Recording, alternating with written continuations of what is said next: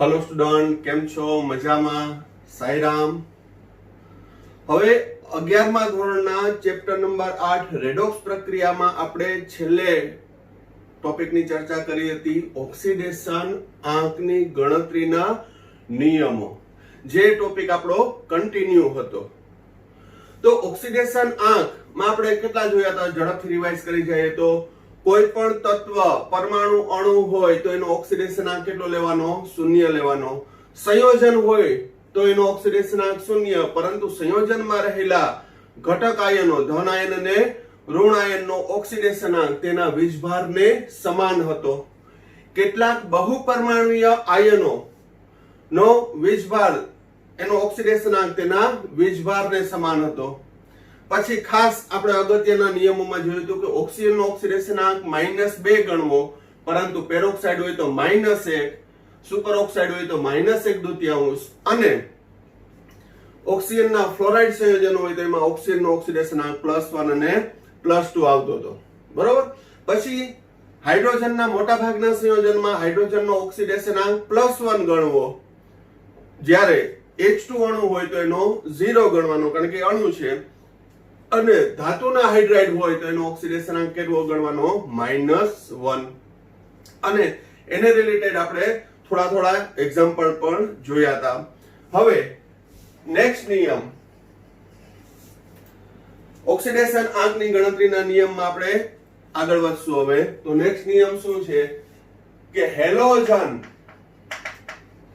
એટલે X એટલે fluorine, chlorine, bromine, iodine, આ બધામાં એના હેલાઇડ સંયોજનો હોય, હેલાઇડ સંયોજનો માં તેનો ઓક્સિડેશન આંક -1 ગણવો.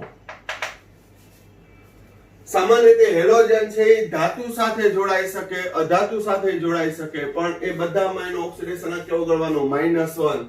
દાખલા તરીકે NaCl, NaF, NaBr, NaI, CaCl2, BaCl2, MgBr2, AlCl3,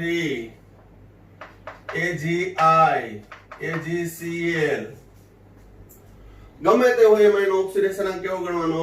-1. એમ જ SCl2 હોય, H2Cl2 હોય, કારણ કે હેલોજન છે એ સૌથી વધુ વિદ્યુત ઋણ છે. અન્ય તત્વ કરતા વિદ્યુત ઋણતામાં સૌથી વધુ હોય તો ક્યાં છે? હેલોજનની. પરિણામે તેમાં એનો ઓક્સિડેશન આંક કેવો આવશે? -1. જ્યાં જ્યાં હેલોજન જોવો ત્યાં એનો ઓક્સિડેશન આંક -1. પણ આમાં પણ અપવાદ આવશે. અપવાદ ફ્લોરીન સિવાયના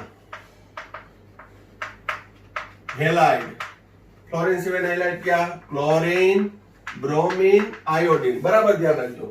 ફ્લોરીન સિવાયના હેલાઇડ ક્લોરીન, બ્રોમીન, આયોડીન ના ઓક્સાઇડ અને તેના ઓક્સો એસિડ માં તેનો ઓક્સિડેશન આંક ધન ગણવો, અથવા ધન થશે. ફરીથી શું? ફ્લોરીન સિવાયના, કારણ કે ફ્લોરીનનું કોઈ પણ સંયોજન હોય એમાં ફ્લોરીનનો ઓક્સિડેશન આંક તો કેવો આવશે? -1. કારણ કે આના પહેલાના લેક્ચરમાં પણ કીધું હતું કે વિદ્યુત ઋણતામાં સૌથી વિદ્યુત ઋણ હોય તો એ ફ્લોરીન છે. આથી એનો ફ્લોરીનનો ઓક્સિડેશન આંક કેવો આવશે? -1.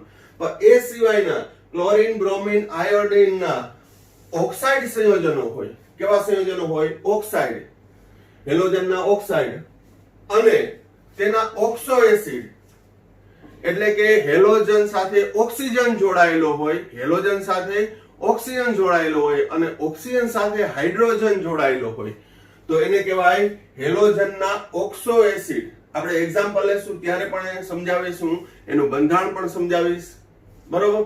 તો અહીં ઓક્સાઇડ અને ઓક્સો એસિડમાં તેનો ઓક્સિડેશન આંક કેવો ગણવાનો? ધન ગણવાનો. અહીં બાકીના કોઈ પણ સંયોજન હોય ત્યાંનો કેવો લેવાનો -1 જ બધાનો ફ્લોરિન ક્લોરીન બ્રોમિન આયોડિન ધાતુના હેલાઇડ હોય તો પણ કાળજી રાખવાની અને ફ્લોરિન નો કેવો લેવાનો -1 જ આવશે બરોબર હવે એક્ઝામ્પલ લઈએ દાખલા તરીકે ClO2 એમાં ક્લોરીન નો ઓક્સિડેશન અંક -1 નહીં આવે કારણ શું તો કે આ ક્લોરીન નો ઓક્સાઇડ છે ક્લોરીન નો શું છે ઓક્સાઇડ તો એનો ઓક્સિડેશન અંક X ઓક્સિજન નો 2 2 4 1 નો -2 2 નો -4 કુલ ઓક્સિડેશન અંક 0 તો X બરાબર +4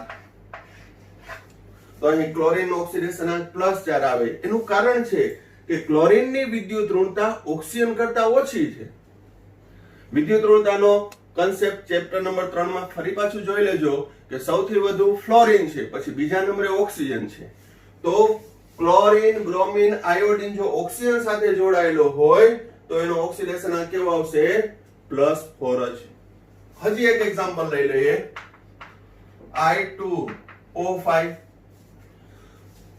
આયોડિન નો ઓક્સિડેશન અંક 2x 5 2 ને 10 ઓક્સિજન નો -2 5 ઓક્સિજન નો -10 0 2x બરાબર 10 x બરાબર +5 તો આયોડિન નો ઓક્સિડેશન અંક I2O5 માં કેટલો આવશે તો કે +5 Cl2O7 ક્લોરીન નો ઓક્સિડેશન અંક શોધવાનો છે તો 2x ઓક્સિજન નો ઓક્સિડેશન અંક 7 2 ને 14 1 નો -2 7 નો 7 2 ને 14 બીજા નંબરમાં જોઈ લેવાનું કે અહીં ઓક્સિજન છે એ અપવાદરૂપ નથી પેરોક્સાઇડ નથી સુપર ઓક્સાઇડ નથી ફ્લોરિન સાથે નથી એટલે ત્યાં ઓક્સિજન નો ઓક્સિડેશન અંક કેવો ગણવાનો -2 જ તો અહીં 2x બરાબર +14 x બરાબર +7 હેલોજન નો મેક્સિમમ ઓક્સિડેશન અંક +7 જ આવશે કારણ કે તેની બાહ્યતમ કક્ષામાં 7 ઇલેક્ટ્રોન છે તો વિદ્યુત ઋણતાના તફાવતના આધારે કેટલા ઇલેક્ટ્રોન છે એ અન્ય તત્વ તરફ આકર્ષાશે તો કે 7 તો હેલોજનના ઓક્સાઇડ સંયોજનમાં Br2O5 2x 5 2 ને 10 કુલ વીજભાર 0 x બરાબર +5 Cl2O 2x ઓક્સિજન નો -2 કુલ વીજભાર 0 x બરાબર +1 તો હેલોજન નો ઓક્સિડેશન અંક ખાસ કરીને ક્લોરીન બ્રોમિન આયોડિન ના ઓક્સાઇડમાં એનો કેવો આવશે ધન આવશે બરોબર તમે અહીંયા જોઈ શકો છો હવે તેના ઓક્સો એસિડ એટલે શું એ પણ જોઈ લઈએ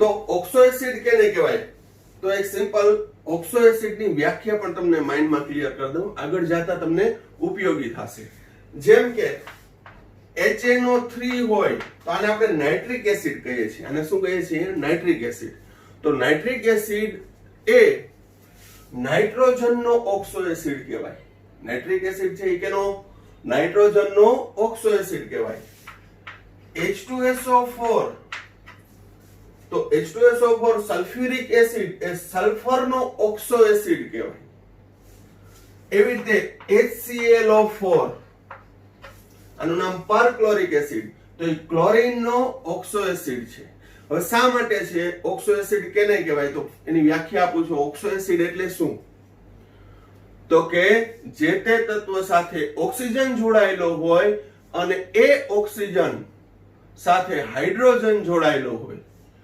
તો એ હાઇડ્રોજન છે એ એસિડિક છે એ હાઇડ્રોજન કેવો હોય છે એસિડિક માટે તેને જે તે તત્વના ઓક્સો એસિડ કહેવાય જેમ કે HNO3 છે તો જો અહીં બંધારણ હું દર્શાવું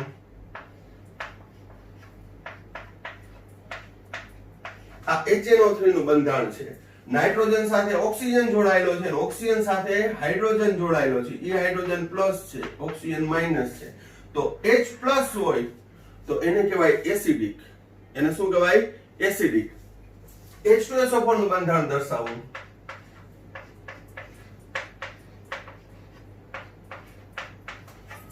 સલ્ફર સાથે ઓક્સિજન અને ઓક્સિજન સાથે હાઇડ્રોજન, ઈ હાઇડ્રોજન કેવો હોય? એસિડિક, એસિડિક એટલે H+. તો આ સલ્ફરનો ઓક્સો એસિડ છે. આ કેવો છે? સલ્ફરનો ઓક્સો એસિડ. તેવી જ રીતે HClO4, અહીં હાઇડ્રોજન છે એ ક્લોરીન સાથે નથી જોડાયેલો, એનું બંધારણ દર્શાવવું.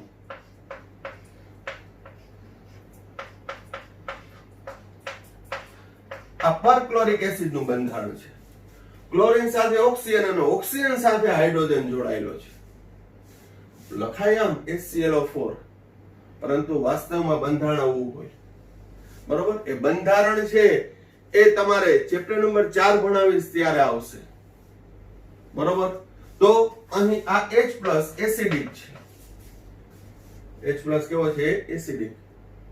એટલે અહીંયાથી H+ દૂર થાય તો આપણે લખતા હતા નાઇટ્રેટ. અહીંયાથી બે H+ દૂર થાય એટલે કે SO4 -2. અહીંયાથી દૂર થાય એટલે તો આને કહેવાય નાઇટ્રેટ. આ સલ્ફેટ, આ પરક્લોરેટ. જે આયનોનું લિસ્ટ તમારી પાસે ઓલરેડી છે. તો હવે મૂળ વાત ઉપર આવીએ. આ તો ખાલી મેં ઉદાહરણ આપ્યા તમને. ઓક્સો એસિડ કેને કહેવાય? તો નાઇટ્રિક એસિડ કેનો ઓક્સો એસિડ કહેવાય? તો કે નાઇટ્રોજનનો.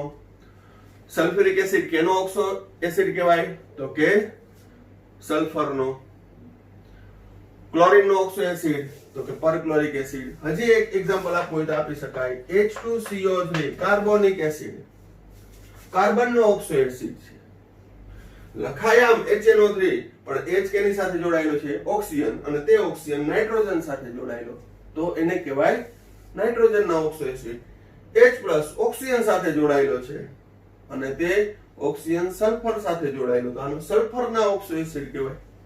ખ્યાલ આવે છે? બરોબર? તો આ બધી ટર્મ્સ છે એ તમને આગળ નેક્સ્ટ ટોપિક સમજવામાં ખૂબ જ ઉપયોગી થશે. તો ઓક્સો એસિડ કેને કહેવાય એ ખાસ માહિતગાર થજો. હવે મૂળ નિયમ ઉપર આવી આપણે.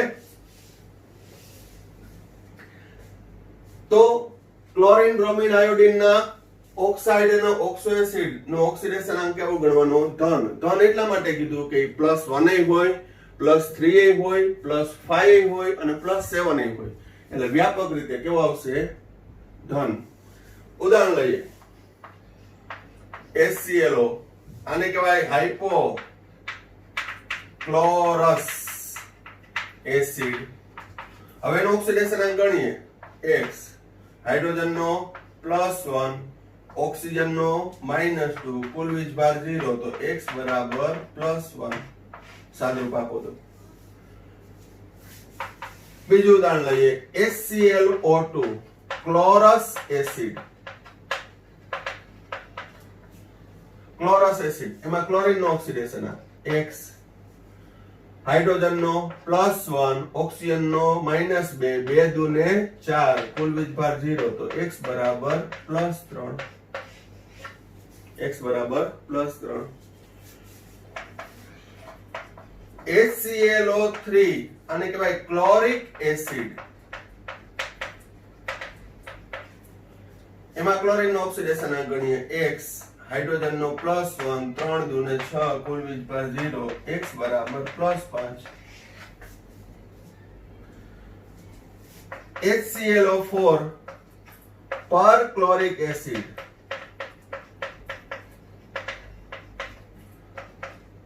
ક્લોરીનનો X, હાઇડ્રોજનનો +1, ઓક્સિજનનો 4 દુને 8, કુલ વીજભાર 0, તો X બરાબર +7. તો આમ મેં તમને ત્રીજા ચેપ્ટરમાં કીધું હતું કે ક્લોરીનનો ઓક્સિડેશનાંક -1 થી લઈને +7 સુધી આવી શકે. કેટલો આવી શકે? તો કે -1 થી લઈને +7 સુધી. આ બધા છે એ ક્લોરીનના ઓક્સો એસિડ છે. બરોબર? એ કેના છે? ક્લોરીનના ઓક્સો એસિડ. હવે બીજું ઉદાહરણ લો. ધારો કે HiO3, તો એને કહેવાય આયોડિક એસિડ. ક્લોરીન હોય તો ક્લોરિક એસિડ, આયોડિન હોય તો આયોડિક એસિડ, બ્રોમિન હોય તો બ્રોમિક એસિડ. આયોડિન છે તો આયોડિક એસિડ. X, હાઇડ્રોજનનો +1, ઓક્સિજનનો 3 દુને 6, કુલ વીજભાર 0, X બરાબર +5. ફ્લોરિનના ઓક્સો એસિડમાં ફક્ત એક જ જાણીતો છે, કયો? HOF. આવું 12મા ધોરણમાં વાક્ય આવશે તમારે, HOF અથવા HFO, હાઇપોફ્લોરસ એસિડ. એકમાત્ર જાણીતો ઓક્સો એસિડ છે, બરોબર. એ સિવાય છે એ ફ્લોરિન ઓક્સો એસિડ બનાવતો નથી. એટલે જ મેં એક્ઝામ્પલ આપ્યા ક્લોરીનનું, બ્રોમિનનું, આયોડિનનું, બરોબર. હજી આમ આપી શકું HbRO4 X હાઇડ્રોજનનો +1 4 દુ 8 કુલ વીજભાર 0 x બરાબર +7. પછી એક ને એક રીત મેં તમને કીધું હતું કે ઓક્સિડેશન આંક, પણ નિયમો છે એ કોન્ક્રીટલી થઈ જવા જોઈએ. નિયમો છે એ 4 માર્કમાં થિયરીમાં નહીં પૂછાય, પરંતુ દરેક નિયમ છે એ દ્રઢ હોવા જોઈએ કે જેથી ગમે ત્યાં ગમે તે સંયોજન આપે એનો ઓક્સિડેશન આંક શોધવા માટે તમે નિયમો એપ્લાય કરી શકો. અને દરેક નિયમ છે જેની નોટ્સ હું આપું છું એ કાળજીપૂર્વક છે એ લર્ન કરવાની. ઓકે, તો આ થયા હેલોજનના. તો હેલોજનનો ફરી જોઈ લઈએ. હેલોજનના મોટા ભાગના સંયોજનમાં ઓક્સિડેશન આંક કેટલો ગણવાનો? -1. જ્યારે અપવાદરૂપમાં ફ્લોરિન સિવાય, કારણ કે ફ્લોરિનનો તો -1 હશે, એ સિવાય ક્લોરીન, બ્રોમિન અને આયોડિનના ઓક્સાઇડ હોય કે ઓક્સો એસિડ હોય તો ત્યાં હેલોજનનો ઓક્સિડેશન આંક કેવો આવશે? તો કે ધન ગણવો. પછી કયો? ઓક્સો એસિડ છે. અને ઓક્સો એસિડ એટલે શું એની માહિતી પણ મેં તમને આપી, બરોબર. તો અહીં હવે વ્યાપક રીતે દર્શાવીએ તો ક્લોરીનની જ વાત કરું તો ક્લોરીનનો ઓક્સિડેશન આંક જોયો કેવો આવશે? -1 0 +1 +3 +5 અને +7 સુધી આવી શકે. એક્ઝામ્પલ લઈ લઈએ. HCl હોય, NaCl હોય, KCl હોય, CaCl2 હોય, ધાતુના ક્લોરાઇડ હોય તો એમાં ક્લોરીનનો ઓક્સિડેશન આંક કેવો આવશે? -1. Cl2 હોય તો Cl2 તો અણુ છે, તો અણુ માટે કેવો? 0. બરાબર ધ્યાન રાખજો, અહીંયા Cl2 લખ્યું હોય તો -1 નહીં લખવાનું. ક્લોરીન અણુ છે તો 0. +1 વાળું ઉદાહરણ HClO, +3 વાળું HClO3, સોરી HClO2, +5 વાળું HClO3, HClO4, Cl2O7. ફરી પાછું કન્ફર્મ માટે તમે આમાં ગણી લેજો. આમાં +1 થશે, આમાં ક્લોરીનનો +3 થશે, આમાં +5 થશે, આ બંનેમાં +7 થશે. ઓકે, તો ખાસ આ હેલોજન માટેનો અને અગત્યનો નિયમ છે, વ્યવસ્થિત રીતે જોઈ લેજો.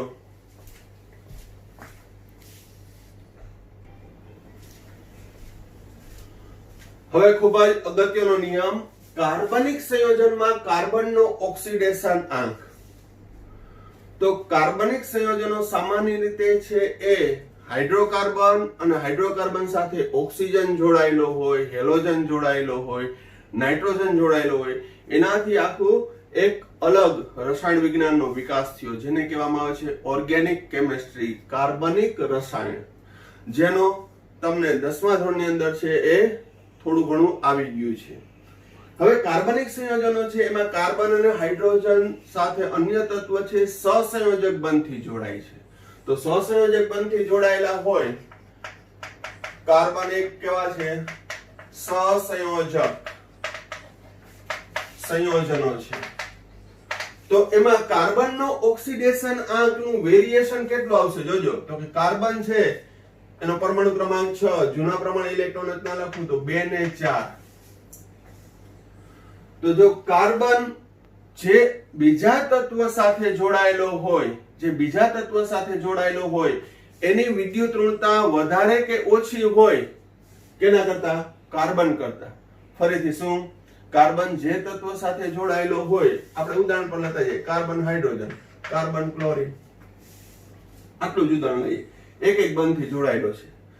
તો કાર્બનની સાપેક્ષે હાઇડ્રોજનની વિદ્યુત ઋણતા ઓછી છે, કાર્બનની સાપેક્ષે ક્લોરીનની વિદ્યુત ઋણતા વધુ છે. તો અહીં હાઇડ્રોજન ઉપર ધન વીજભાર આવે તો કાર્બન ઉપર ઋણ વીજભાર આવે. અહીં ક્લોરીન ઉપર ઋણ વીજભાર આવે તો કાર્બન ઉપર કેવો વીજભાર આવે? ધન. તો અહીં પણ કાર્બનના ઓક્સિડેશનાંક -4 થી લઈ અને +4 સુધી જોવા મળશે, કારણ કે એની બાહ્યતમ કક્ષામાં કેટલા ઇલેક્ટ્રોન છે? 4.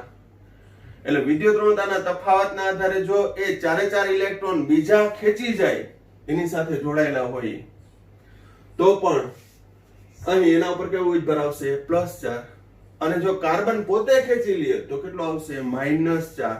આ દરેકનું રેન્જ હોય. મેં તમને કીધું કે ઓક્સિજનનો ઓક્સિડેશનાંક -2 થી લઈને +2 જ આવ્યો, પછી ભલે એની બાહ્યતમ કક્ષામાં 6 ઇલેક્ટ્રોન હોય પણ 6 સુધી ખેંચી શકે નહીં, કોઈની તાકાત જ નથી.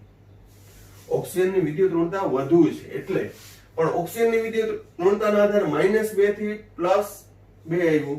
ક્લોરીનનું હમણાં જ મેં તમને કીધું -1 થી લઈને +7 સુધી આવે. સલ્ફર -2 થી લઈને +6 સુધી જ આવે, પછી એમાં +7 ના આવે. કારણ શું? તો કે સલ્ફર 6 ઇલેક્ટ્રોન ખેંચી જાય ઇલેક્ટ્રોન તો કેટલા ખેંચે? તો કે 6. સલ્ફર પાસેથી વધુમાં વધુ કેટલા ઇલેક્ટ્રોન ખેંચી શકે કોઈ પણ અન્ય વધુ વિદ્યુત ઋણ હોય તે? તો કે 6. તો સલ્ફરનો મહત્તમ ઓક્સિડેશનાંક +6 થાય. બરોબર? ત્યાં પછી તમે સલ્ફરનો ગણતરીમાં +7 +8 લખી આવો તો સલ્ફરને દુઃખ લાગી જાય કે મારી પાસે 6 ઇલેક્ટ્રોન જ છે, આ 7 ને 8 કેમ આવ્યા? બરોબર? તો આ બધા ફંડામેન્ટલ બેઝ સાથે ઓક્સિડેશન આંકની ગણતરી કરવી. બરોબર? મેક્સિમમ કેટલો આવશે? +7 જ. અપવાદરૂપ 1-2 એક્ઝામ્પલ એવા છે કે જેમાં +8 આવે છે, જેની આપણે ચર્ચા કરશું ઉદાહરણમાં. તો અહીં કાર્બનની ઓક્સિડેશન આંકમાં પણ વિવિધતા જોવા મળશે. અહીં એક્ઝામ્પલ લઈને જ કરીએ. CH4 CCl4 CHCl3 CH2 Cl2 આ બધામાં આપણે કાર્બનનો ઓક્સિડેશન આંક ગણવો છે. તો અહીં કાર્બન હાઇડ્રોજનમાં કાર્બનની વિદ્યુત ઋણતા વધુ છે એટલે X, એટલે હાઇડ્રોજનનો ઓક્સિડેશન આંક કેટલો લેવાનો? +1. કારણ કે હાઇડ્રોજનની વિદ્યુત ઋણતા ઓછી તો એનો ધન ગણવો. તો હાઇડ્રોજન +1, 4 હાઇડ્રોજનના +4 બરાબર 0. અને આમે હાઇડ્રોજનનો ઓક્સિડેશન આંક છે -1 ક્યારે ગણવો? હાઇડ્રોજન -1 ક્યારે ગણવો? તો કે ધાતુના હાઇડ્રાઇડ હોય તો. એટલે ચોથો નિયમ પણ તમને ખબર હોવી જોઈએ. અહીં મેં સમજાવ્યું કાર્બન હાઇડ્રોજનની વિદ્યુત ઋણતાના આધારે કે હાઇડ્રોજનની વિદ્યુત ઋણતા કાર્બન કરતા ઓછી છે તો એ ધન વીજભાર આવશે. અને હાઇડ્રોજનના ઇન્ડિવિડ્યુઅલ નિયમ કહું તો કે ધાતુના હાઇડ્રાઇડ હોય ત્યાં જ એનું -1 આવે. 0 ક્યારે આવે? તો કે H2 હોય તો જ આવે. +1 ક્યારે આવે? તો કે મોટા ભાગના હાઇડ્રોજનના સંયોજનમાં. તો એ મુજબ એક હાઇડ્રોજનનો +1, 4 હાઇડ્રોજનના +4 માટે x બરાબર -4. x બરાબર કેવો આવશે? તો મિથેનમાં કાર્બનનો ઓક્સિડેશનાંક ગણવાનો કીધો હોય તો કેવો આવશે? -4. કાર્બનની સંયોજકતા કહે તો 4, પરંતુ કાર્બનનો ઓક્સિડેશનાંક ઇન મિથેન તો કે -4. CCl4 માં કાર્બનનો ઓક્સિડેશનાંક x, ક્લોરીન એનો કેટલો ગણવાનો? -1. એક ક્લોરીનનો -1, 4 ક્લોરીનનો -4, કુલ વીજભાર 0. અહીં એ પણ ચેક કરી લેવાનું કે ભાઈ ક્લોરીન છે એ ઓક્સાઇડ સ્વરૂપે છે, ઓક્સો એસિડ સ્વરૂપે છે તો જ ધન આવશે. હમણાં જ એ પણ નિયમ સમજાવ્યો કે ક્લોરીન ઓક્સાઇડ સ્વરૂપે હોય કે ઓક્સો એસિડ સ્વરૂપે હોય તો ક્લોરીનનો ધન લેવાનો, બાકી તો આખું વીંચીને -1 મૂકી દેવાનો. 1 નો -1, 4 નો -4, x બરાબર +4. તો અહીં તમે જોશો મિથેનમાં કાર્બનનો ઓક્સિડેશનાંક -4 બન્યો, જ્યારે CCl4 માં કાર્બનનો ઓક્સિડેશનાંક +4 બન્યો. હવે ક્લોરોફોર્મ CHCl3 માં જોઈએ. x હાઇડ્રોજનનો +1, એક ક્લોરીનનો -1, 3 ક્લોરીનનો -3, કુલ વીજભાર 0, x બરાબર +2. મિથિલિન ડાઇક્લોરાઇડ એમાં x હાઇડ્રોજનનો +2, ક્લોરીનનો -2, એક ક્લોરીનનો -1, બે ક્લોરીનનો -2, x બરાબર 0. અહીંયા 0 થયો કાર્બનનો ઓક્સિડેશન. ઝીરો ક્યારે થાય તો કે કાર્બન ખાલી તત્વ સ્વરૂપે હોય તો ઝીરો થાય. પણ અહીં CH2Cl2 માં પણ કાર્બનનો ઓક્સિડેશનાંક ઝીરો. આમાં પણ આપણે કન્ફર્મ કરીએ કઈ રીતે, બધા બંધારણના આધારે પણ આ સમજાવી શકાય, પણ દરેક બંધારણમાં સમજાવવું એ થોડું ઇમ્પોસિબલ જેવું થાય, કારણ કે દરેકના બંધારણના આધારે સમજાવવું તો લાંબો વિડિયો થઈ જાય અને આપણે તો ઘણા બધા એક્ઝામ્પલ લેવાના છે. બરોબર? તો આ CH2Cl2 નું બંધારણ છે. હવે જોજો, બધાય સહસંયોજક બંધથી જોડાયેલા છે. હવે આ સહસંયોજક બંધમાંનું ઇલેક્ટ્રોન યુગ્મ કોણ ખેંચે? કાર્બન કે ક્લોરીન? તો કે ક્લોરીન. તો એના ઉપર -1, તો કાર્બન ઉપર +1. આમાં આ ક્લોરીન જ છે એટલે આ -1, આ +1. કાર્બન હાઇડ્રોજન નું ઇલેક્ટ્રોન યુગ્મ તો કે કાર્બનની વિદ્યુત ઋણતા વધુ, તો એ કાર્બન ખેંચી લેશે, તો કાર્બન ઉપર -1, હાઇડ્રોજન ઉપર +1, હાઇડ્રોજન ઉપર +1, કાર્બન ઉપર -1. તો અહીં કાર્બનને શું ફાયદો થયો? બંધમાં ઇલેક્ટ્રોન યુગ્મ ક્લોરીન લઈ ગયો, ખેંચી ગયો એના તરફ, અને હાઇડ્રોજન પાસે પોતે ખેંચ્યા. બે ગુમાવ્યા ને બે મેળવા. ખેંચાખેંચીની રમતમાં બે ગુમાવ્યા ને બે મેળવા, તો કાર્બન નું તો ફિટુસ થઈ ગયું. બે આવ્યા બે ગયા, તો કાર્બન ઉપરનો ઓક્સિડેશન કેટલો થશે? 0. કારણ કે ઓક્સિડેશન એટલે ફરી એકવાર વ્યાખ્યા આપું છું, પરમાણુ તેની બાહ્યતમ કક્ષામાંથી ઇલેક્ટ્રોન ગુમાવી કે મેળવીને વીજભાર પ્રાપ્ત કરે, અથવા વિદ્યુત ઋણતાના તફાવતના આધારે જે વીજભાર પ્રાપ્ત થાય એને કહેવામાં આવે છે ઓક્સિડેશન આંક. બરોબર? આ દરેકમાં આ રીતે હું સમજાવી શકું. આ બંધારણ આમાંય સમજાવી શકું, આમાંય સમજાવી શકું, આમાંય સમજાવી શકું.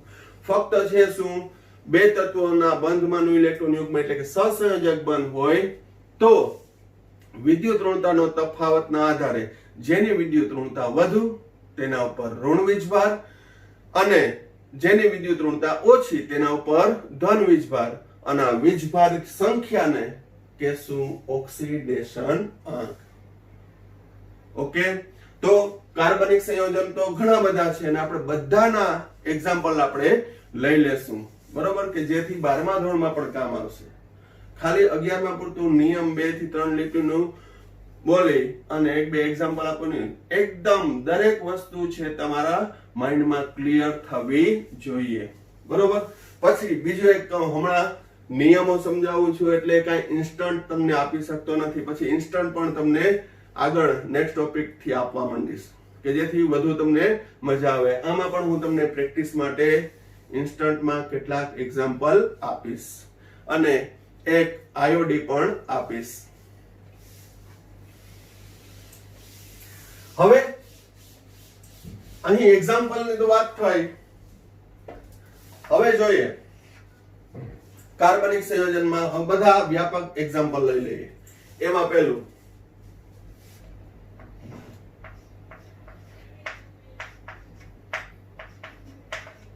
HCHO, આને કહેવાય ફોર્માલ્ડિહાઇડ અથવા મિથેનોલ આલ્ડિહાઇડ સંયોજન છે. તો આલ્ડિહાઇડ સંયોજનમાં કાર્બનનો ઓક્સિડેશનાંક કેટલો? X, બે હાઇડ્રોજનના +2, એક ઓક્સિજનનો -2, કુલ વીજભાર 0, તો X બરાબર 0. તો ફોર્માલ્ડિહાઇડના આને કહેવાય કાર્બોનિલ સમૂહ. કાર્બોનિલ સમૂહનો કાર્બન. બરોબર? હવે કાર્બોનિલ સમૂહ શું છે એ તમને કદાચ માહિતી હશે, પણ હું ઓર્ગેનિક સ્ટાર્ટ કરીશ ત્યારે પણ સવિસ્તાર ડિટેલમાં કહીશ. અત્યારે શોર્ટમાં કહી દઉં. કાર્બન સાથે ઓક્સિજન દ્વિબંધથી જોડાય ને તો એને કાર્બોનિલ સમૂહ કહેવાય. કાર્બન સાથે ઓક્સિજન કેવા દ્વિબંધથી જોડાય તો એને કાર્બોનિલ સમૂહ કહેવાય. આ કાર્બનની બે સંયોજકતા ખાલી હોય.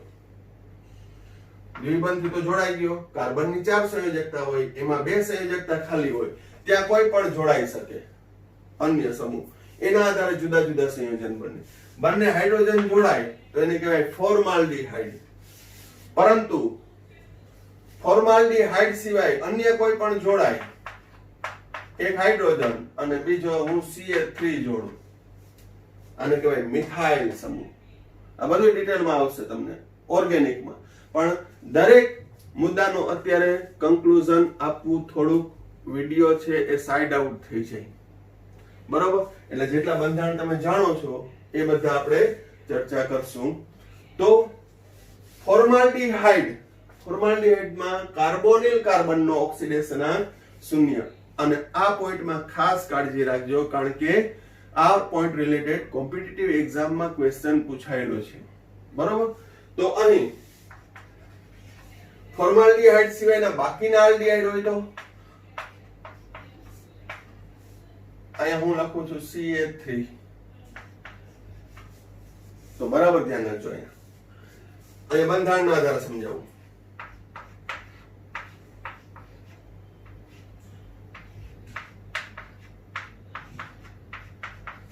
પછી એના આધારે વ્યાપક નિયમ તારવશું. જોજો, કાર્બન હાઇડ્રોજનમાં હાઇડ્રોજન ઉપર પ્લસ વીજભાર, કાર્બન ઉપર માઇનસ વીજભાર. ઓક્સિજન કાર્બન ની વાત કરું તો ઓક્સિજન અને કાર્બન વચ્ચે કેટલા ઇલેક્ટ્રોનની ભાગીદારી છે? કેટલા ઇલેક્ટ્રોનની? બે ઇલેક્ટ્રોન. દ્વિબંધ એટલે કેટલા ઇલેક્ટ્રોન હોય? બે ઇલેક્ટ્રોનની ભાગીદારી. તો ઓક્સિજન ઉપર આવશે -2, કાર્બન ઉપર +2. આ કાર્બોનિલ કાર્બન છે, આ મિથાઇલ નો કાર્બન છે. હવે આ કાર્બન કાર્બન તો વિદ્યુત ઋણતા સમાન છે. કાર્બન કાર્બન ની વિદ્યુત ઋણતા કેવી છે? સમાન. એટલે ઈ થશે 0, આ થશે 0. તો હવે કાર્બન અને હાઇડ્રોજન ની વાત કરું તો હમણાં જ આપણે ગણ્યું, હાઇડ્રોજન ઉપર પ્લસ વીજભાર, આ કાર્બન ઉપર minus, plus minus, plus minus. તો જોજો, બરાબર ધ્યાન રાખજો. અહીં CH3 ના કાર્બન ઉપર આ આટલો ભાગ હું ગણું તો એના ઉપર વીજભાર કેટલો થયો? જોજો, -1, -1, -1 એટલે -3 થયો. -3 તો આ હાઇડ્રોજન ઉપર +1, +1, +1, આ +1 છે. તો હું ખાલી CH3 વાળા ભાગની વાત કરું તો -3 +3 દેખાય છે. કાર્બન ઉપર -3 +3, તો CH3 નો વીજભાર કેવો થયો? 0. જો આનો 0 હોય તો આ ભાગનો પણ 0 થાય, કારણ કે CH3CHO એટલે એસિટાલ્ડિહાઇડ, ઇથેનોલ. ઇથેનોલ ની અંદર CH3 નો કેટલો થશે? કુલ ઓક્સિડેશનાંક 0. ફરી ગણવું હોય તો આપણે ગણી લઈએ એકવાર, પણ એ બધાને માઇન્ડમાં ઉતરી જવું જોઈએ. આ કાર્બોનિલ કાર્બન સાથે એક હાઇડ્રોજન અને બીજો મિથાઇલ. કાર્બન હાઇડ્રોજનમાં +1, -1. ઓક્સિજન કાર્બનમાં 2 ઇલેક્ટ્રોનની ભાગીદારી છે એટલે -2, +2. આ કાર્બન કાર્બનની વિદ્યુત ઋણતા સમાન છે એટલે 0, 0. હવે કાર્બન હાઇડ્રોજન -1, +1, -1, +1, -1, +1. તો હું CH3 નો ભાગ કરું તો ત્યાં 0 આવે. તો CH ઉપર એ કેવો આવે? 0. તો હવે હું આ કાર્બોનિલ કાર્બનનો ઓક્સિડેશનાંક ગણવાનો હોય તો હું શું કરું? CHO એના પર કુલ વીજભાર કેટલો આવ્યો? 0, ખાલી CHO. તો હવે ગણો, X -2, હાઇડ્રોજન નો +1, કુલ વીજભાર 0, તો X બરાબર +1. તો એક ફોર્માલ્ડિહાઇડ ના કાર્બોનિલ કાર્બનનો શબ્દ શું વાપરું છું? ફોર્માલ્ડિહાઇડના કાર્બોનિલ કાર્બનનો ઓક્સિડેશન આંક 0 થશે. પણ એ સિવાયના કોઈ પણ આલ્ડિહાઇડ હોય, મેં તો અહીં ઉદાહરણ લીધું એસિટાલ્ડિહાઇડ, પણ એ સિવાયના કોઈ પણ આલ્ડિહાઇડ હોય તો એમાં કાર્બોનિલ કાર્બનનો ઓક્સિડેશન આંક કેવો આવશે? +1 જ. કેવો આવશે? +1.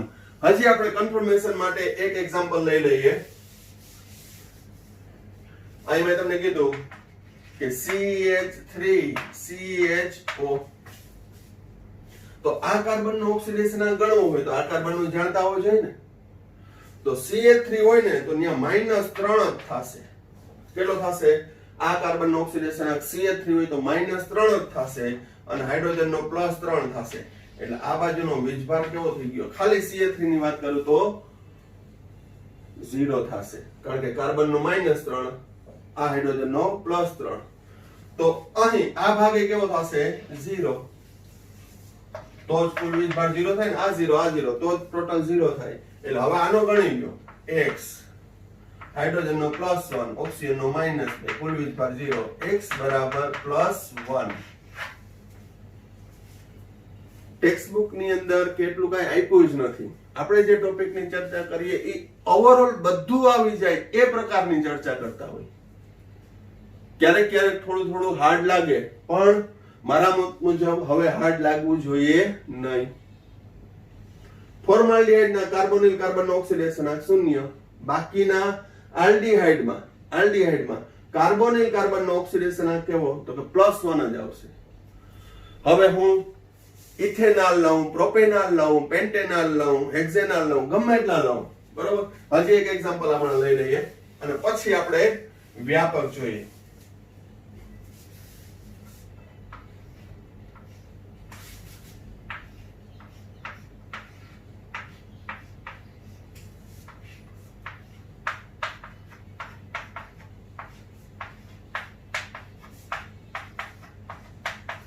હવે આ સંયોજન છે ને જે મેં એક્ઝામ્પલ આપ્યું છે એ શું છે? તો કે CH3 CH2 CHO, CH3 CH2 CHO propanol છે. 3 કાર્બન હોય તો પ્રોપેનોલ. આલ્ડીહાઇડ, કીટોન, આલ્કોહોલ એ બધા ક્રિયાશીલ સમૂહ તમે ભણી ગયા છો 10મા ધોરણમાં. એટલે થોડીક અહીંયા હું 11મા ધોરણમાં ઓર્ગેનિક ચેપ્ટર ભણાવ્યા વિના થોડીક હિંમત કરું છું. કેમાં? ઓક્સિડેશનાંકની ગણતરીમાં. તો હવે અહીંયા કાર્બોનિલ કાર્બનનો ઓક્સિડેશનાંક શોધવો છે. તો કઈ રીતે? તો અહીંયા તો હું ડાયરેક્ટ શોધી નાખું. હું એમ કહું કે આ ઇથાઇલ ભાગ કહેવાય. CH2 CH3 એટલે ઇથાઇલ ભાગ. એના ઉપર 0, તો CHO ઉપર 0. તો ગણી લો. x હાઇડ્રોજનનો +1 ઓક્સિજનનો -2 કુલ વીજભાર 0.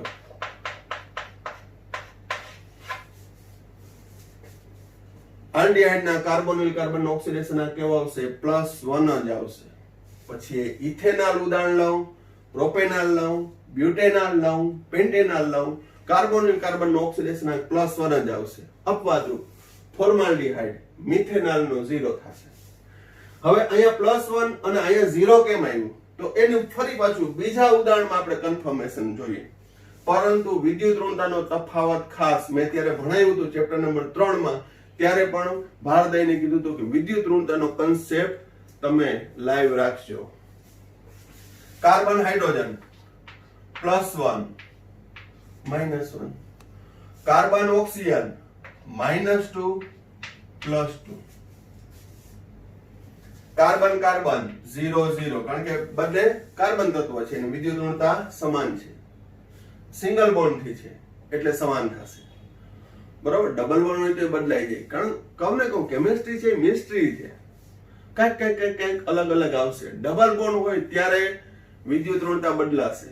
એ પછી જોશું આપણે જ્યારે આલ્કીન, આલ્કાઇન, ઓર્ગેનિક ચાલુ કરશું ત્યારે એ કહીશ. પણ અત્યારે કાર્બન સિંગલ બોન્ડ કાર્બન છે તો બેની વિદ્યુત ઋણતા સમાન એટલે કે 0 0. બંધમાંનું ઇલેક્ટ્રોન યુગ્મ કોઈ ખેંચશે નહીં. કાર્બન હાઇડ્રોજન ની વાત કરું તો આ પ્લસ, કાર્બન માઇનસ, આ પ્લસ, આ માઇનસ. આ કાર્બન કાર્બન ની વાત કરું તો 0 0, વિદ્યુત ઋણતા સમાન. કાર્બન હાઇડ્રોજન ની વાત કરું તો +1 -1, +1 -1, +1 -1. તો જોજો અહીંયા મેં CH3 CH2 ઇથાઇલ સમૂહનું કુલ 0 કઈ રીતે લખ્યું? તો કે જોજો આ જેટલા પ્લસ માઇનસ મેં લખ્યા છે એ ટોટલ 0 થાય છે. -2, પેલા માઇનસ ગણીએ, -2 -3 -4 -5 -5 થયા ને તો +5 થઈ જાય છે, +1 +2 +3 +4 +5 થઈ ગયા. શું? -5 +5 તો ટોટલ 0. તો ઇથાઇલ સમૂહ હોય, મિથાઇલ હતો તો એનો 0 થતો હતો, ઇથાઇલ હતો તો એનો કુલ વીજભાર 0 થતો હતો. તો આ 0 થાય તો આનો કુલ 0 થાય છે, આનો કુલ ઓક્સિડેશનાંક 0 થઈ જાય છે. એ પણ ગણી લઈએ. -2 -1 એટલે -3 -3 +1 +2 +3 +3 -3 એટલે આ જે પાર્ટ મેં દર્શાવ્યો છે એનોય 0 થાય છે. એટલે હવે હું ડાયરેક્ટ CHO ઉપરનો કુલ વીજભાર કેટલો લઈ શકું? 0. અને એના આધારે હું ગણતરી કરી શકું. બાકી તો હું એમ કહું કે CH3 CH2 CH2 CHO એમાં આનો ઓક્સિડેશનાંક કાર્બનનો ગણવો છે, કાર્બોનિલ કાર્બનનો, તો આનો X. તો આ કાર્બનનો -3 થાય, આ હાઇડ્રોજનનો +3, એકનો +1, 3નો +3, આ કાર્બનનો -2 થાય, આનો +2 થાય, આનો -2 થાય, આનો +2 થાય. તો એ મને ખબર છે અને હવે તો તમને ખબર છે. આ કાર્બનનો કેવો આવ્યો? -2. આ કાર્બન CH3 નો કેવો આવ્યો? -3. હવે તો જો કે તમને ખબર પડી જવી જોઈએ.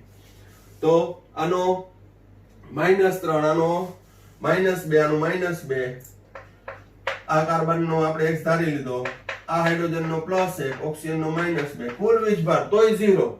તો આનું સાદરૂપ આપજો, +1 જ આવશે. કેટલો આવશે? +1. બરોબર? આ રીતે.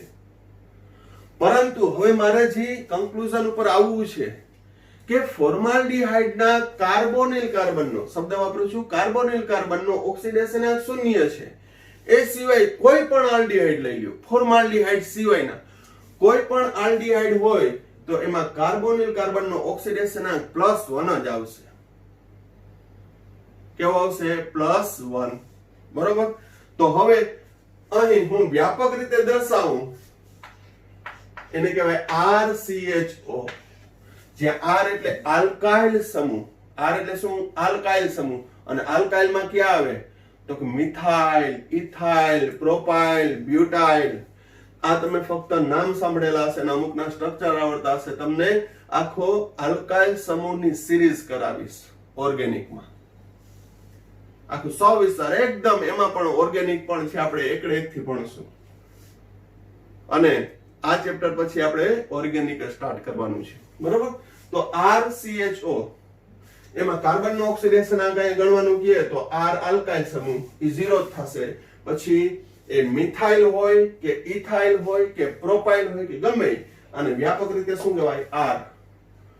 R એટલે કે આલ્કાઇલ સમૂહ, એનો 0 હતો, CHO નો 0, તો X, હાઇડ્રોજનનો +1, ઓક્સિજનનો -2, કુલ વીજભાર 0, X બરાબર +1. તો હવે નિયમ શું? ફોર્માલ્ડિહાઇડના કાર્બોનિલ કાર્બનનો ઓક્સિડેશનાંક 0 થશે, જ્યારે એ સિવાયના આલ્ડિહાઇડમાં કાર્બોનિલ કાર્બનનો ઓક્સિડેશનાંક કેવો થશે? તો કે +1. બરોબર? આ બંધારણ પર તમે વ્યવસ્થિત રીતે જોઈ લ્યો એકવાર, એટલે ખ્યાલ આવે.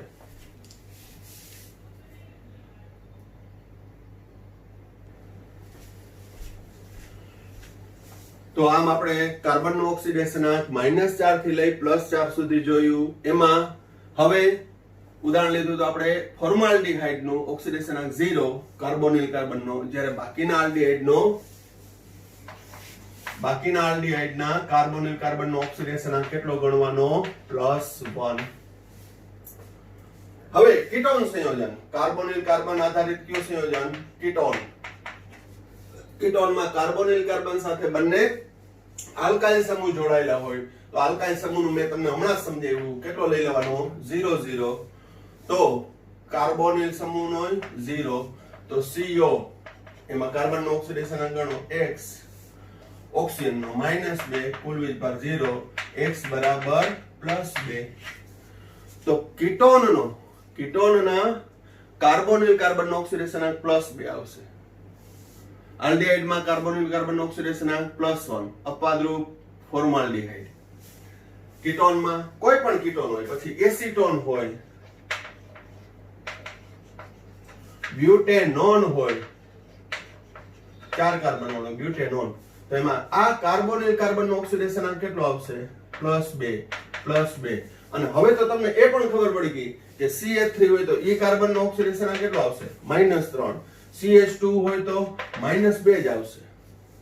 કેવો આવશે? -2. બરોબર. હવે અહીં કીટોનનો કાર્બોનિલ કાર્બન ઓક્સિડેશન આંક +2 લેવાનો. એવી રીતે કાર્બોનિલ સમૂહમાં એક હાઇડ્રોજન અને બીજો OH જોડાયેલો હોય, બીજો OH, તો એને કહેવાય ફોર્મિક એસિડ, HCOOH. તો એમાં એનો ઓક્સિડેશન આંક કેટલો ગણવાનો? X. 2 હાઇડ્રોજનના +2, 2 ઓક્સિજનના -4, કુલ ઓક્સિડેશન આંક 0, તો X બરાબર +2. તો ફોર્મિક એસિડ કહેવાય આને, ફોર્મિક એસિડ. કીડી, લાલ કીડી ચટકો ભરે ને ત્યારે બળતરા થાય. બળતરા થવાનું કારણ ફોર્મિક એસિડ. કીડી એને લેટિનમાં ફોર્માઇકા કહેવાય. કેવું કહેવાય? ફોર્માઇકા. એના ઉપરથી ફોર્મિક એસિડ આવ્યું. બરોબર. તો એસિડ છે એ દાહક અસર નિપજાવે, લાલ ચાંપુ થઈ જાય.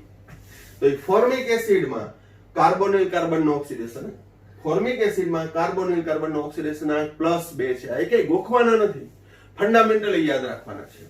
પણ એ સિવાયના કોઈ પણ કાર્બોક્સિલિક એસિડ હોય, COOH, તો COOH માં હવે ઊંધું કહું છું, આ CO છે એ ડબલ બોન્ડ થી જોડાયેલો છે, એટલે એને કહેવાય કાર્બોક્સિલ સમૂહ.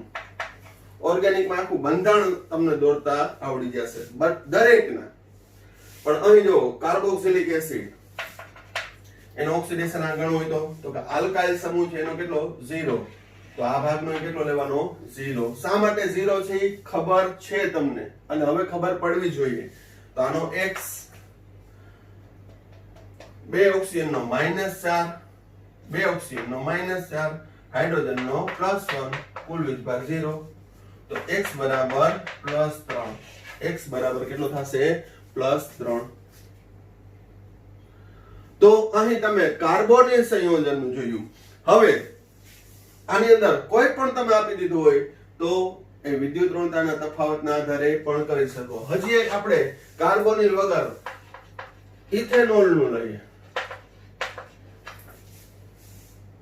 તો બરાબર ધ્યાન રાખજો. ઇથેનોલમાં અહીંયા CH2 છે એનો -2 નહીં થાય, કારણ કે એ કાર્બન સાથે ઓક્સિજન જોડાયેલો છે. તો અહીંયા બંધારણના આધારે જોઈએ. જો COH,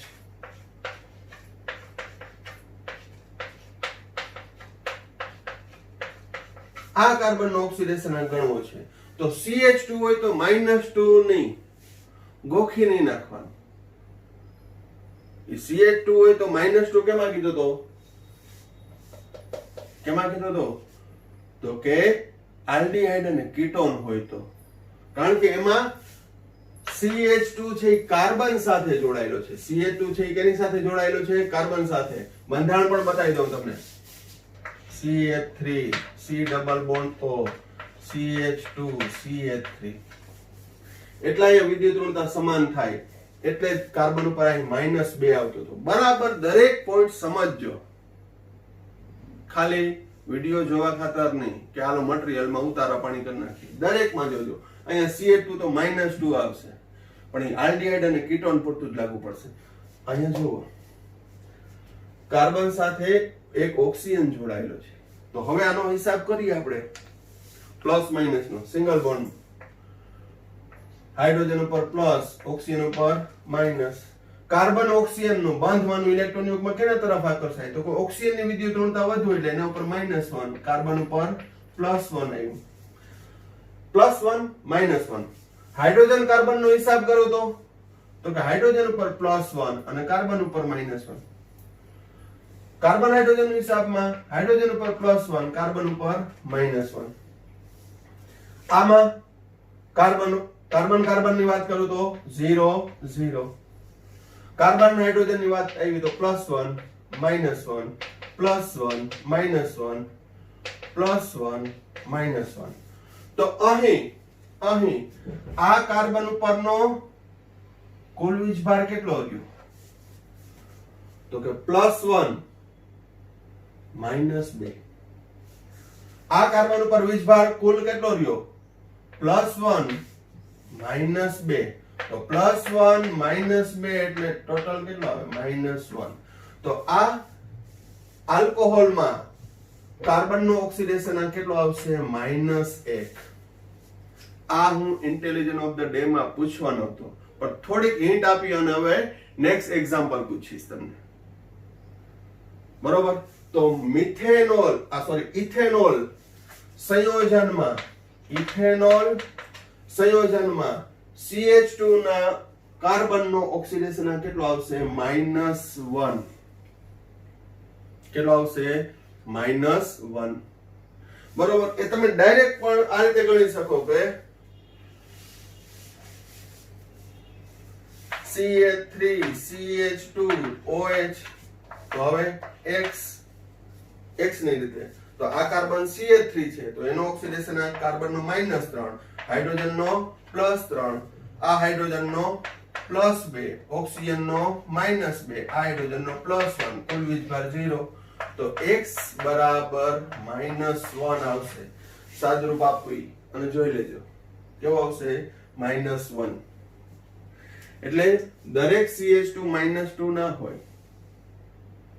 અહીં -2 હોવાનું કારણ પણ મેં કીધું કે આ CH2 નો કાર્બન બંને બાજુ કાર્બન સાથે જોડાયેલો છે, જ્યારે આ CH2 નો કાર્બન એક બાજુ કાર્બન સાથે બીજી બાજુ ઓક્સિજન સાથે જોડાયેલો છે. આ પણ બંધારણના આધારે પણ તમે ઓક્સિડેશન નક્કી કરી શકો, પરંતુ નિયમો જો તમારી પાસે હોય, બરોબર, કારણ કે કંઈક તો યાદ રાખવું જ પડે. નિયમો હોય, ફંડામેન્ટલ હોય તો તમે કોઈ પણ તત્વનો ઓક્સિડેશન નક્કી કરી શકો, અથવા બંધારણ જાણતા હોય. અને આપણે આગળ જતા બંને જાણશું, બંધારણ પણ બધા આવડશે અને નિયમો પણ આવડે જ છે તમને. બરોબર? તો આ રીતે છે એ ઓક્સિડેશન આંકની ગણતરીના નિયમો પૂરા થાય છે. પછી કેટલાક વિશિષ્ટ સંયોજનો હશે, તો નેક્સ્ટ વિડીયોની અંદર હું તમને એના એક્ઝામ્પલ કરાવીશ અને પછી ટોપિકને આગળ વધારશું. તો અહીં આ વિડીયોમાં અહીંયા સુધી રાખીએ છીએ, પરંતુ આજે મેં તમને ઇન્સ્ટન્ટમાં એક intelligent of the day question આપવાનો હતો તો એ તમને આપી દઉં. અને આ જે ક્વેશ્ચન કરશે એ ખરેખર ઇન્ટેલિજન્ટ ઓફ ધ ડે કહેવાશે. બરોબર? પણ પ્રમાણિકપણે પોતપોતાની રીતે, નો ગૂગલ, નો અધર હેલ્પ, પોતપોતાની સેલ્ફ પોતાના પ્રયત્ને કરજો, તો જ સાચા અર્થમાં જે તે તમારો જવાબ આવે એ સાચો કહેવાય. ઓકે? તો અહીં CH3 COO CH3, અહીં આને કહેવાય મિથાઇલ ઇથેનોએટ. મિથાઇલ ઇથેનોએટ, બરોબર? નામ તો સુના વગા, કારણ કે એસ્ટરીકરણની પ્રક્રિયામાં 10મા ધોરણમાં આવી ગયું છે. તો એમાં આ કાર્બોનિલ કાર્બનનો ઓક્સિડેશન આંક ગણવાનો છે. એક જ ક્વેશ્ચન આપું છું. શું? મિથાઇલ ઇથેનોએટમાં કાર્બોનિલ કાર્બનનો ઓક્સિડેશન આંક તમારે ગણવાનો છે. બરોબર? અને કઈ પણ હિન્ટ્સ વગર તમારી રીતે ગૂગલ સર્ચ કરીને કે એ રીતે નહીં કે બીજાને પૂછીને ટેલી કરીને કે બરોબર છે કે નહીં, તમારો જે જવાબ આવે એના ઉપર તમને કોન્ફિડન્સ હોવો જોઈએ કે આ મારો જવાબ પરફેક્ટ છે. ઓકે? તો એ જવાબ તમે કોમેન્ટ બોક્સમાં અથવા તો મને પર્સનલ મેસેજમાં મોકલી શકો. બરોબર? તો આ વિડીયોમાં આપણે અહીંયા સુધી રાખીએ છીએ. ફરી એકવાર એકને એક વાત કરું છું કે ઓક્સિડેશન આંકના નિયમો જે મેં ભણાવ્યા છે એ દરેક નિયમ, 8 નિયમની ચર્ચા કરીએ, દરેક નિયમ છે એને વાગોળવાના છે, એને અન્ડરસ્ટેન્ડ કરવાનું છે, કે જેથી હવે પછીનો જે નવો પોર્શન સ્ટાર્ટ થશે ઓક્સિડેશન આંકની ગણતરીના આધારે રેડોક્સ પ્રક્રિયા સમીકરણ સંતુલન એ સંતુલન કરવામાં, આગળના નેક્સ્ટ ટોપિક ભણવામાં તમને ખૂબ જ મજા આવશે. જો તમારી પાસે દરેક મુદ્દાના ક્લિયરન્સ હોય તો નેક્સ્ટ નવા મુદ્દા જે છે એને કનેક્ટેડ હોય એ ભણવામાં ખૂબ જ આનંદ આવે. બરોબર, નહીતર ચક્કર આવે, બીજું કઈ ના થાય. બરોબર, તો આ વિડીયોમાં આપણે અહીંયા સુધી રાખીએ છીએ. Thank you. સાંઈરામ.